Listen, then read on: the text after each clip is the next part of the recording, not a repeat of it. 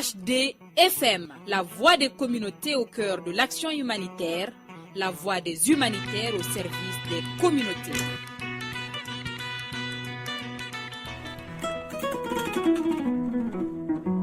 Bonsoir chers auditeurs et bienvenue dans cette nouvelle, mais aussi toute première édition de votre émission Concept humanitaire.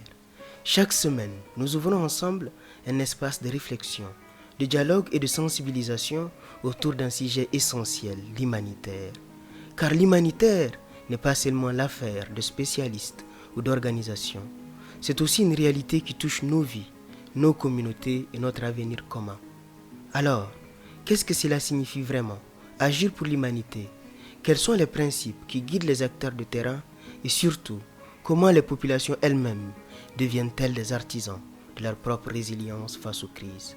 Cette émission a aussi pour objectif de démystifier les mots et concepts qui paraissent complexes aux communautés afin de les rendre accessibles, compréhensibles et utiles dans leur vie quotidienne. Aux communautés, aux étudiants, à toutes et à tous, sans exception. C'est votre émission. Pour en parler, nous recevrons chaque semaine M. Moussa Abba Diallo, président de l'ONG AMSOD, Association malienne pour la solidarité et le développement. M. Diallo, bonsoir et bienvenue. Bonsoir M. Bouari. C'est un plaisir de vous avoir avec nous.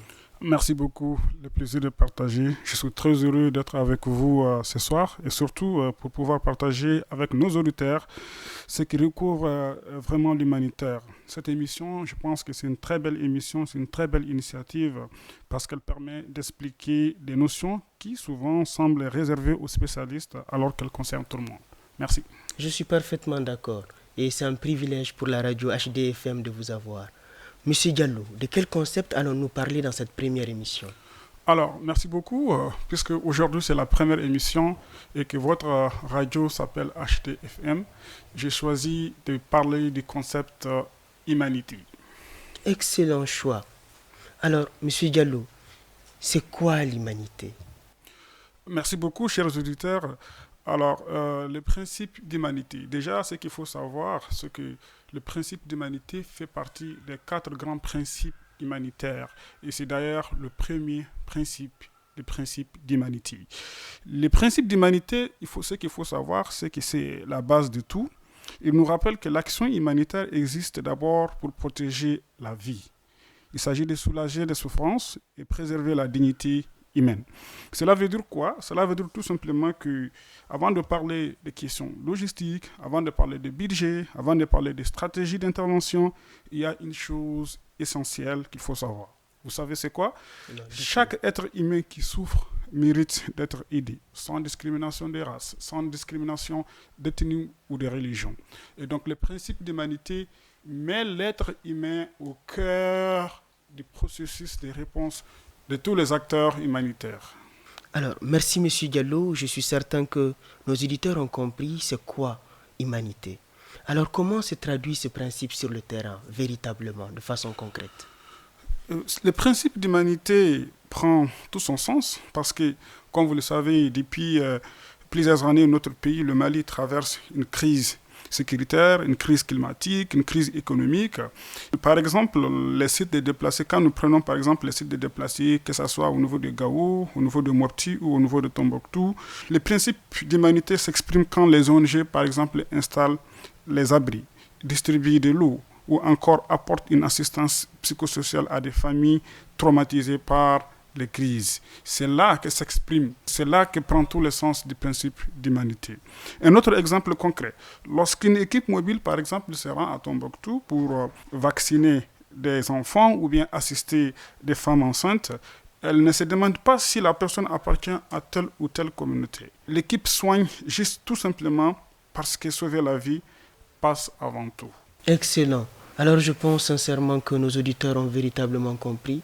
Ces exemples-là traduisent véritablement ce que l'humanitaire, c'est que le mot humanité sur le terrain.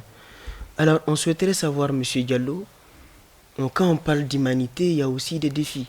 Alors, quels sont les défis et leçons que l'on peut tirer quand on parle de ce concept humanité?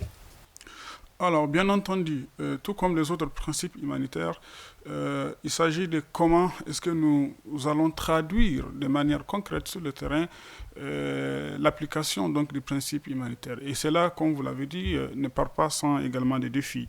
Parce que ce principe exige en fait qu'on écoute les populations, qu'on les respecte, qu'on évite de faire de l'aide un outil politique. Par exemple, quand les ONG locales ou nationales ou internationales distribuent des kits d'hygiène à Bamako ou à Ségou, par exemple, après les inondations, ces ONG-là le font sans distinction de tenue de religion.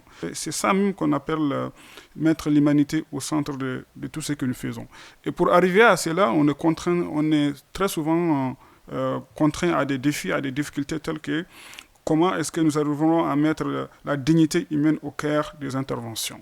Et comme je l'ai dit, souvent on est face à des leaders, souvent on est face à des autorités, souvent on est face à des communautés. Comment mettre la redevabilité en avant de cette réponse-là? Parce que, comme on le dit, celui qui donne a le pouvoir. Donc, en termes de défis, il s'agit de ne pas utiliser la dignité donc, de ces personnes-là pour faire des interventions. Autrement dit, le deuxième défi, c'est l'écoute, ce que je peux appeler l'écoute avant d'agir. Le principe d'humanité, c'est également aussi faire en sorte que nous puissions aussi être à l'écoute des populations, prendre en compte leurs besoins, qu'on ne les prenne pas comme par exemple des personnes qui n'ont pas d'intelligence ou des personnes qui n'ont pas de capacités ou des personnes qui ne peuvent pas exprimer leurs propres besoins avant la formulation de la réponse. Donc l'un des défis du principe d'humanité, c'est écouter les communautés avant d'agir, avant de préparer les projets, avant de mettre en œuvre donc, les projets. C'est là que prend tout le sens de l'humanité, de la considération de la dignité donc, de ces personnes. C'est également aussi l'un des défis, comme je le disais tantôt aussi, c'est comment ne pas instrumentaliser l'aide. L'instrumentalisation de l'aide également va à l'encontre donc, du principe d'humanité. Nous devrons donc aider à toutes les communautés sans distinction des races, sans autre considération, sans monétiser l'aide. Et le quatrième défi, c'est comment est-ce qu'il faut arriver à former les équipes à la compassion et au respect, même dans des situations les plus tendues. Et c'est-à-dire quoi? Ça veut dire tout simplement que nous avons, en tant qu'ONG nationale et ONG internationale ou agence des Nations Unies, acteurs humanitaires tout court, des défis en matière donc, de renforcement des capacités des équipes à pouvoir traiter, à pouvoir respecter justement donc, ces principes-là. Donc l'un des défis, c'est également aussi la compréhension et l'application de ce principe d'humanité par les acteurs humanitaires eux-mêmes. Merci beaucoup, M. Diallo. Nous avons énormément appris avec vous. Merci énormément pour ces éclairages véritablement très précieux pour nos auditeurs. Alors, avant de nous quitter, est-ce que vous avez des mots de la fin, des mots pour dire aux gens véritablement comment faire pour avoir à cœur ce principe d'humanité? Mes mots de fin, c'est d'abord, je voudrais rappeler à tous nos auditeurs, que ce soit les communautés affectées par le conflit, que ce soit les acteurs humanitaires, que ce soit les services techniques de l'État, c'est que lorsque nous parlons d'humanité, en réalité, c'est ce qui nous rappelle que la souffrance d'un seul nous concerne tous. Je conclurai avec ce proverbe bambara qui dit que la main qui donne est toujours au-dessus de celle qui reçoit, mais les deux appartiennent au même corps. Cela veut dire tout simplement que donner ou recevoir, ce n'est pas une question de supériorité, c'est une question d'humanité partagée. Je vous remercie. Merci encore, M. Diallo, pour votre disponibilité. Chers auditeurs, c'est ainsi que s'achève cette édition de Concept Humanitaire. Nous vous donnons rendez-vous très bientôt pour un nouveau numéro. En attendant, prenez soin les uns des autres, restons solidaires et n'oublions jamais que la solidarité demeure notre plus grande richesse. Restez à l'écoute de la radio HDFM, la voix des communautés au cœur de l'action humanitaire, la voix des humanitaires au service des communautés. Merci à toute la rédaction. Cette émission vous a été présentée par Yehi Abouré, mise en onde par Salim Diouara.